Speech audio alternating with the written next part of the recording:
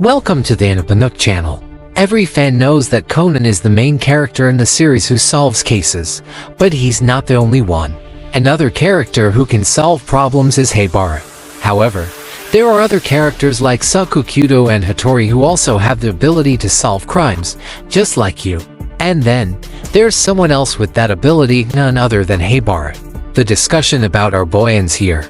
Many still doubt and recall episodes about this girl, but my innocent friend, she's the one who unraveled the mystery of singer Eric's story, despite suffering from a headache due to the scent of anise. Have you recognized her talent yet? If not, you've missed out on countless insights. Don't forget our charm.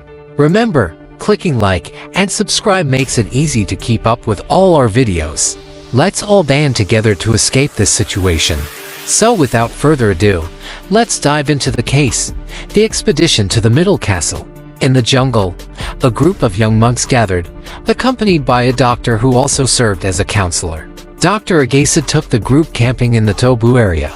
Upon arrival, the excitement was palpable as they disembarked from the bus, except for our main character, who found the weather too cold for camping but reluctantly agreed to join in.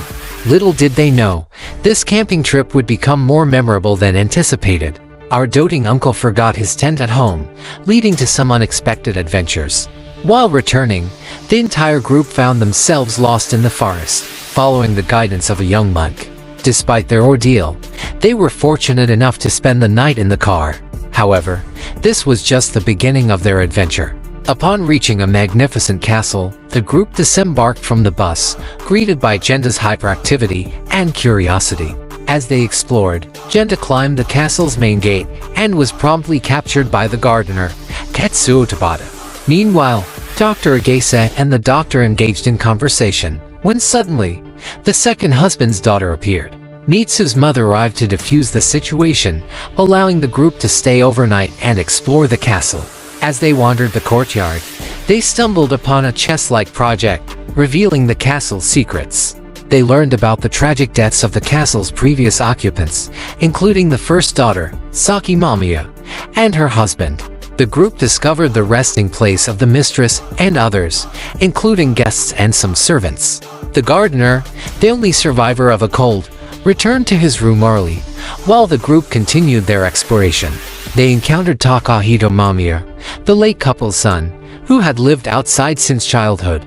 As they conversed, they learned more about the castle's history from the landlord's wife, Masuyo Mamiya.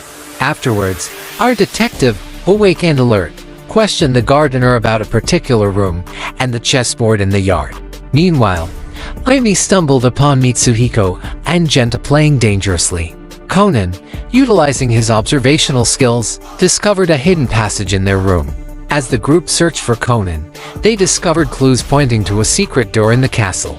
Concerned, they decided to notify the police, but were interrupted when Dr. Agasa stumbled upon Conan's nose and was lured into the secret door.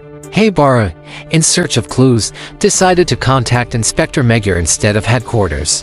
As tensions rose, the group rallied together to clean up the bedrooms. Ayumi, concerned, questioned her uncle about the whereabouts of the doctor. And amidst the chaos, the mystery of the castle deepened. The doctor was said to be decoding a lengthy radio block while the group was asleep, speculating that something happened when she opened the room door to search. She encountered the landlady and her nephew, who tried to dissuade her from finding midnight. Despite successful persuasion, the nephew escorted her back to her room with her cart. While Haibara searched, the children discovered her and followed suit. The group gathered in Miss Nan's room, returning to the scene before the incident occurred. They discovered a secret entrance, finding bloodstains still fresh. Speculating that it might belong to Mitsuhiko, they found a chilling message under the steps, hinting at foul play. In the end, justice prevailed, but not without exposing the darker side of human nature. This complex case served as a stark reminder of the lengths some would go to conceal their misdeeds, leaving no stone unturned in their pursuit of truth and justice. The scene unfolded with unexpected intensity as Hida, the manufacturer, met an unfortunate accident. Meanwhile, the postman's second ring echoed ominously through the air. As the children were instructed to remain silent, Masao's fake mother opened the door, only to be startled by a loud crash. Misao's fake father rushed to investigate but was unexpectedly struck by a soccer ball. The disguised Takagi swiftly intervened, apprehending the kidnappers before they could escape. Conan later elucidated that Misao's supposed parents were imposters, as Misao lacked a hereditary trait present in his alleged family.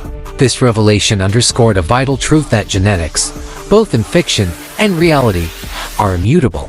The importance of ethical conduct, including tax compliance, was emphasized as a critical aspect of good citizenship. Transitioning to the next case, the narrative shifted towards a seemingly straightforward investigation into a burglary at the law office of the late Guitar Karahi, the president of the Karahi Group. Upon further inquiry, it became evident that the break-in was connected to the will of the deceased, implicating potential heirs in a web of intrigue. With the assistance of Detective Asada, the group delved deeper into the complex dynamics of the case. Conan's keen investigative instincts led him to infiltrate the office alone, where he encountered the perpetrator attempting to tamper with a safe. Despite being incapacitated during the confrontation, Conan managed to signal for assistance using a broken phone. As the search for Conan intensified, Haibara utilized GPS tracking to locate him, but her efforts were thwarted when her spare glasses were taken for repairs. Despite these setbacks, Rand's intervention provided a vital clue, leading the group to uncover Conan's whereabouts. Ultimately, the case culminated in a tense standoff at the funeral procession, where Conan's ingenuity and the collective efforts of the group prevailed, unraveling the intricate plot behind the burglary and exposing the true perpetrators. As a result, Rand and the children hurried to attend to him, only to find that Mr. Karahi had been cremated just moments before. Despite their efforts to investigate further, they encountered obstacles, as the hearse transporting Mr. Karahi's remains had already departed. Undeterred, the Junior Detective League set out to uncover vital clues, employing their ingenuity to decipher the route taken by the hearse. Upon reaching the scrapyard, they discovered the vehicle in ruins, with little hope of salvaging any evidence. Amidst the wreckage, Conan's sudden appearance brought a sense of relief, as he emerged unscathed from the rubble. His escape from the perilous situation without any injuries left the group astonished and grateful. With characteristic resourcefulness, Conan utilized his keen deductive skills to expose the true culprit behind the burglary and reveal the intricacies of the case. It was none other than Kozo, the son of Guitar Karahi, who, along with Mitsuyo and Nan, sought to manipulate their father's will for personal gain.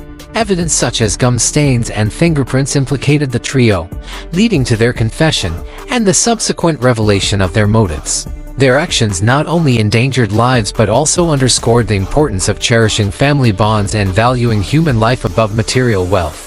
In the aftermath of the case, the group reflected on the fragility of life and the importance of appreciating loved ones while they are still present. The poignant lesson served as a reminder to treasure every moment with family and to nurture those relationships throughout life. What follows is quite an intriguing tale, one that unfolds with the charm and coherence typical of such stories. It all began when teacher Kobayashi approached Haibara, and the young detectives made their way to Maria's house in Higashio, where they discovered she hadn't attended school that morning. Throughout this time, there was a prevailing concern about Conan's whereabouts, given his absence due to a cold.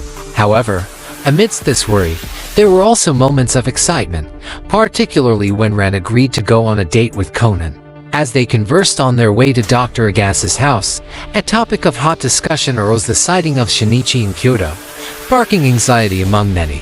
Ren, Sonoko, and Masumi were among those who read the news, while reporters inundated Haiji and Shinichi's school and even attempted to enter Okia's house.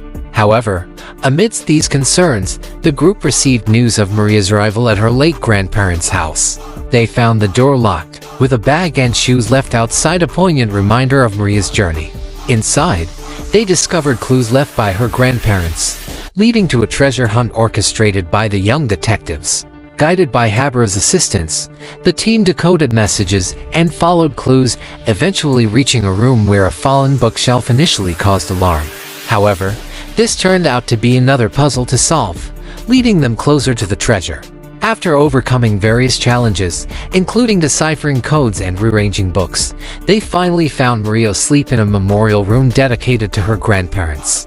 Watching videos left by her grandparents, Maria found solace and simple happiness, reinforcing the value of familial love and memories.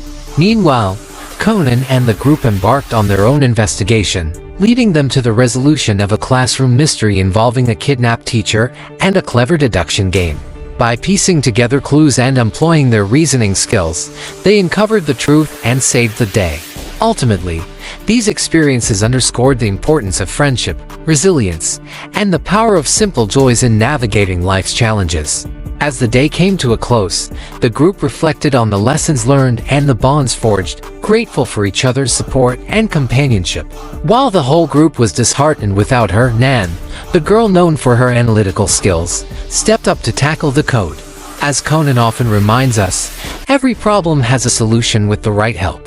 The suggestion for a word-matching game came from a young student, leading to the introduction of the Shiratori game. Following the boy's suggestion, they analyzed the game's rules, where each word's last syllable had to start the next word.